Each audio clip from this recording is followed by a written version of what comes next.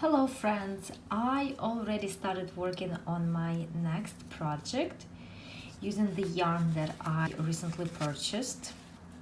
And for this project I had to start with a very long chain, 393 chains to be exact.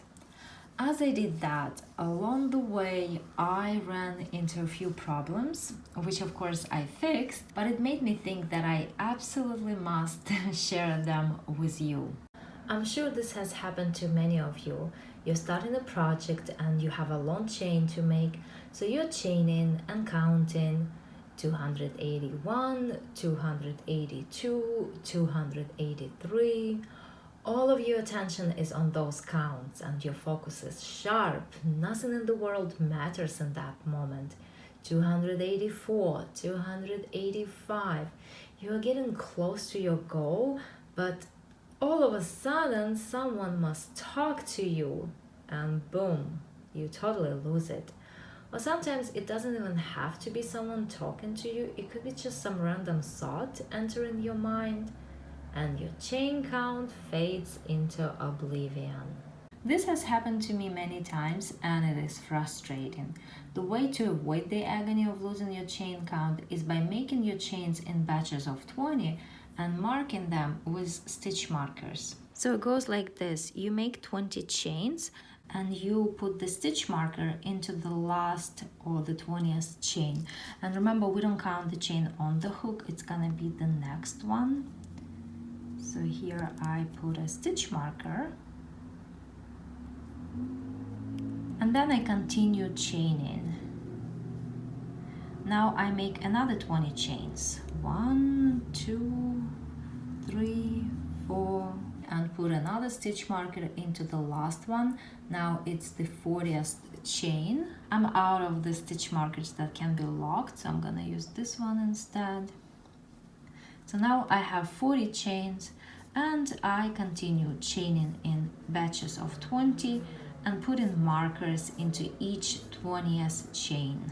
And even if someone interrupts your chain count or you lose it somehow, you can easily count the chains from your last marker.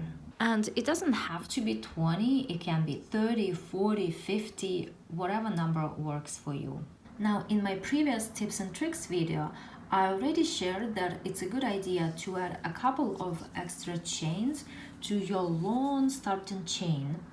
Then those chains can be easily undone if you don't need them. And that's exactly what I did when I started my project.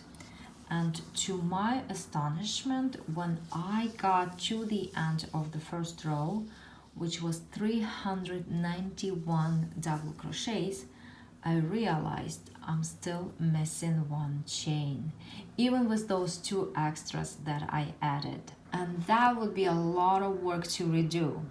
But there is a way to fix it. There is a way to add one or even two extra chains when you need them. I'm going to show it to you on this example. Let's pretend this was my super long first row and I had 391 double crochets there. I got to the end of it and I realized that I need one more chain because I need one more double crochet for my pattern to work out. Here is what I'm going to do. I undo the very last double crochet and I put a stitch marker into it so it doesn't come undone. And now I take my work this way. This is the yarn tail from the starting chain, and I'm going to use it as my working yarn tail. Then I take my hook and I insert it into this last chain and I pull up a loop.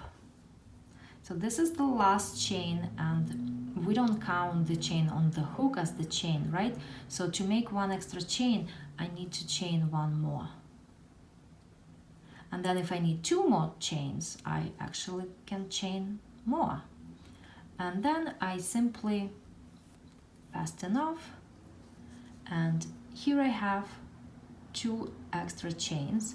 Remember, one was that I undid, and then I got two extra right here. Now I can finish my missing double crochet.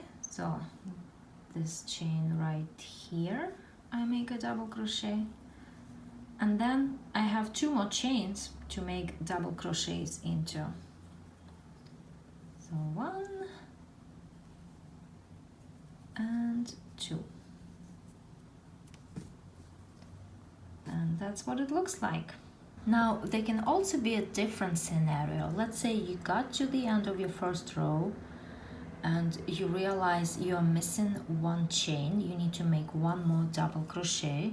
However, you realize you didn't leave a yarn tail long enough so you can add those extra chains.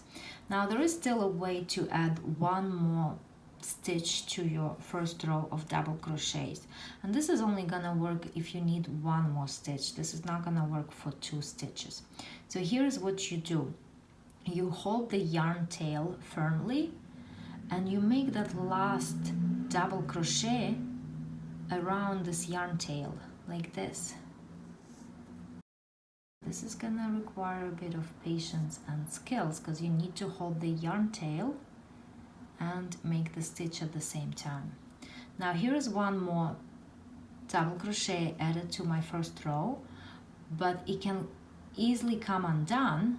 So what I do next is I put a stitch marker into this last stitch, and then I need to secure this yarn tail so that this last double crochet doesn't come undone.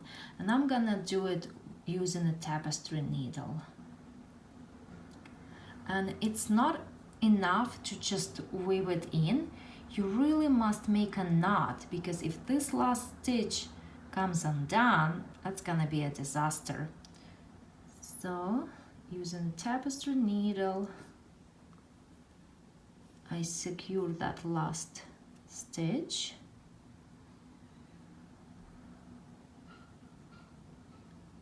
And I really need to make a knot.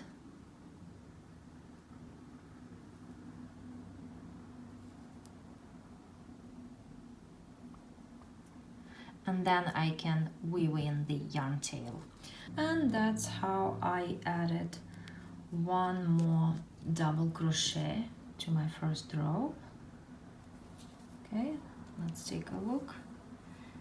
This is what it looks like. Well, friends, what do you think of these little tricks of mine? Would you rather unravel and redo 391 double crochets, or add a double crochet or maybe 2 double crochets using one of these of my tricks? And with my actual project right here, I did end up unraveling, and not only the first row but the first few rows of my work, all those 391 stitches, because I realized that it was just too long, and if I keep that length I'm gonna run out of yarn and won't be able to finish my project at all. And yes, there was a lot of work to undo, but I did it, and now I can't wait to finish this project and of course to share it with you. So hopefully you'll see it on my channel soon. Take care.